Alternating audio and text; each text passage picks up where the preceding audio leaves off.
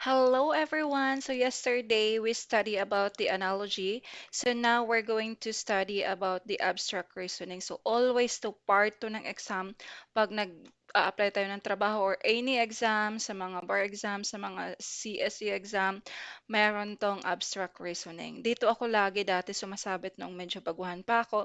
Tapos sa paulit-ulit na mag-exam sa daming in-apply ng trabaho, medyo lang naman, nagamay ko siya. So in my part, gusto kong ma-share yung knowledge, small knowledge lang din naman. Hindi naman ako ah, pro sa pag-answer ng abstract, nagkakamali din naman. Pero share ko yung a little knowledge doon sa mga baguhan na magsasagot ng abstract reasoning or sa mga baguhan na mag apply ng work. So here, in the structure, the first structure, here we have the vertical line and we have the horizontal line. So look at the pattern. This is the first structure, this one, and the second structure is this one. The third is this one. Okay, so here in the first structure, the vertical line, as you notice here, it became here. So maybe you're going to think na parang opposite siya. Ganon yung unang isip ko nito dati. So parang nagiging opposite lang siya. So tulad nito, so magiging opposite lang siya din yan nito. Pero that is a big mistake. There is a pattern on that one. There is a formula of that. So here, look at this one. Bakit kaya itong horizontal line na to, I mean yung vertical line na to, napunta sa ganito, sa ditong part? So the formula of this one, the vertical line moves to the left. As you notice, see, if this one you're going to move is if this one you're going to move to the left, it will goes on this part. Okay, look at on the next picture. So as I told you, move to the left. So that's why the vertical line, it's in the second here, it's here now. So the answer on this, the answer here will be here, must be here in the middle, the vertical line. So here, in the letter A choices, it's not, none. So we will eliminate this one. In the letter B, it's here. So must be this one. Letter C, it's not on this part. So we will eliminate this one, the letter C. On the letter D, it's still the same. It's the same only on this one. It's not here in the middle. So we will eliminate on this one. So only the letter B and the letter E is the choices now. So here in the vertical, I mean in the horizontal line. So look at the pattern on here. See? So the vertical line, the formula of this one moves down. The dots must be moves down. See? 1, 2. So this one is in the number 2. 1, 2, 3. Then 1, 2, 3, 4. So on the next, the answer of this one must be here. And the last one. So this will be our answer. It must be like that in the middle and on the last one. So where is here? So the letter B is wrong, X, because they are both um, vertical line. So the answer will be the letter E. Sana nasundan nyo yung pattern ng structure. So you just comment below if hindi nyo nasundan kasi gagawin natin ulit yung video. Next. Second structure here. So look at the pattern here. So the three dots moving upper right side. So look at this one. 1, 2, 3. Next, so upper is, so we're going to move upper. So 1, 2, 3. Next, 1, 2, 3. On our next pattern, the answer will be here. So this one, on the second one. So 1, 2, 3. So must be like this. Okay? Look at here in the choices. We will check to make it quickly because to make it fast the answer because when you're going to do the exam, there's a timer, 5 minutes lang I think so, then 10 items yan.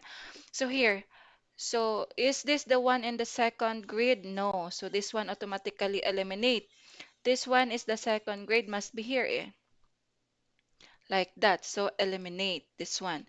On the letter C, so there is a possibility that this one is the answer. So we will wait this. Next, this one automatically eliminate the letter D. Letter E, it's eliminate totally. It's wrong. So our answer will be the letter C. This is the one.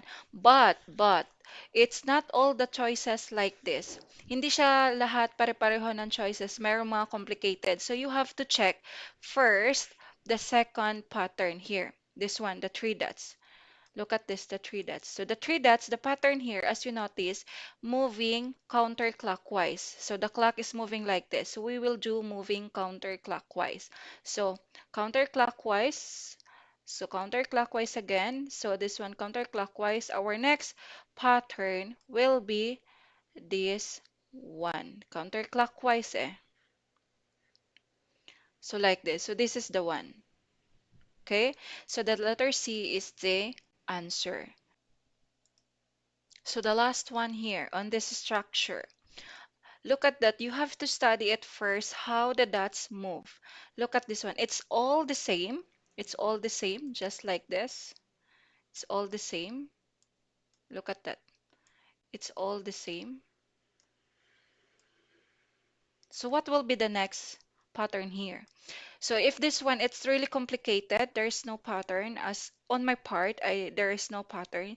So if it's like this, the given, I'm always looking to the choices. Here in the letter A, it's not looks the same to this pattern, to this drawing, the dots. So hindi siya pareho. So I'm going to eliminate this. On the letter B, it's different also. Look at that. It's not. So I'm going to eliminate this one. Next, on this one, it's not. It's different. As you notice, look at this. It's different. So I'm going to eliminate this, the letter C. Here, on the letter D, look at this, like this. So it is the same. So the answer will be on letter D. Okay? Because look at here the letter E. It's different also, the drawing. Different, not like this. So our answer will be the letter D. Like that only. It's like it depends to the given A. So you have to study how the dots or how the picture moves. And you have to make it also fast kasi meron nga timer kapag nag-exam ka ng mga ganito. So kung for you and your side, kung hindi mo pa siya masyadong gamay, or wala kang idea how to answer on this one. So you have to watch YouTube because there is sa mga abstract reasoning naman, paulit-ulit lang siya na ganito. So once na ma-familiar mo na yung mga structure, yung mga ganito, once ma-familiar mo na to, isang tingin mo pa lang, alam mo na yung answer. So, advice ko dun sa mga mga baguhan na mag-a-apply ng mga trabaho, meron talaga siyang ganito always sa exam, abstract reasoning, analogy. So, before ka mag-apply, just have time to watch on YouTube or tutorial how to answer abstract reasoning and analogy, yung mga part ng exam, you have to watch first to the YouTube para hindi ka mahirapan. Kasi, as what I told you earlier, there is a timer sa pag-exam ng ganito. So, kailangan mabilisan. Yung tipong isang tingin mo pa lang, ito na yung ganito na yung pattern. Kasi, pag paulit-ulit mong manood sa YouTube, mafa-familiarize mo na yung pattern. Then, pagtingin mo pa lang, alam ko na yung answer nito, ito yung letter C, ganun. So, yun lang po ang isi-share ko po sa inyo, little bit knowledge sa pag-answer ng abstract reasoning. Ganun ako pag nag-answer ng abstract reasoning, ganun ang technique ko. I don't know to the others kung meron silang ibang technique, pero ito yung technique ko sa pag-answer ng abstract reasoning. So, only for that today. So, thank you for watching and comment down below if meron po kayong mga tanong, tatry ko pong sagutin. Baka alam ko lang din po, pero hindi ako ganun ka-pro sa pagsasagot ng abstract reasoning. So parang isi-share ko lang po yung konting knowledge ko po dun sa mga baguhan.